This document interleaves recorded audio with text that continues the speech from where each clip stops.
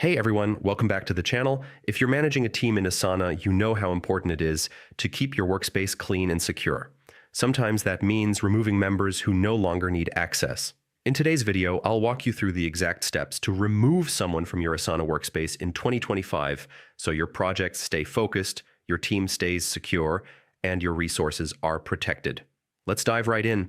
First, log into Asana. Open your browser, head over to the Asana login page, and sign in with your email and password. Once you're in, you'll land on your dashboard. Next, head to the admin console.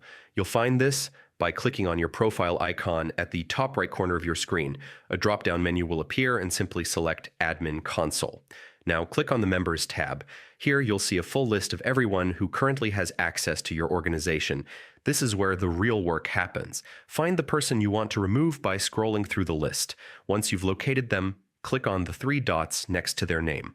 From the menu that appears, choose the Remove option. At this point, Asana will ask you to confirm. You'll see the option to deprovision the user. Clicking this will finalize the removal. Once deprovisioned, that person will immediately lose access to your projects, teams, and organizational resources. It's a permanent step, so make sure you're absolutely certain before confirming. So why is this important? Removing members who no longer need access isn't just about tidiness, that it's about security and accuracy. You don't want old members hanging around in sensitive projects.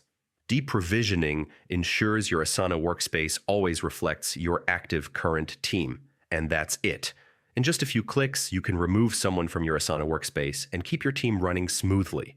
If you found this tutorial helpful, don't forget to hit the like button, subscribe for more productivity and tech guides, and check the description below for more resources.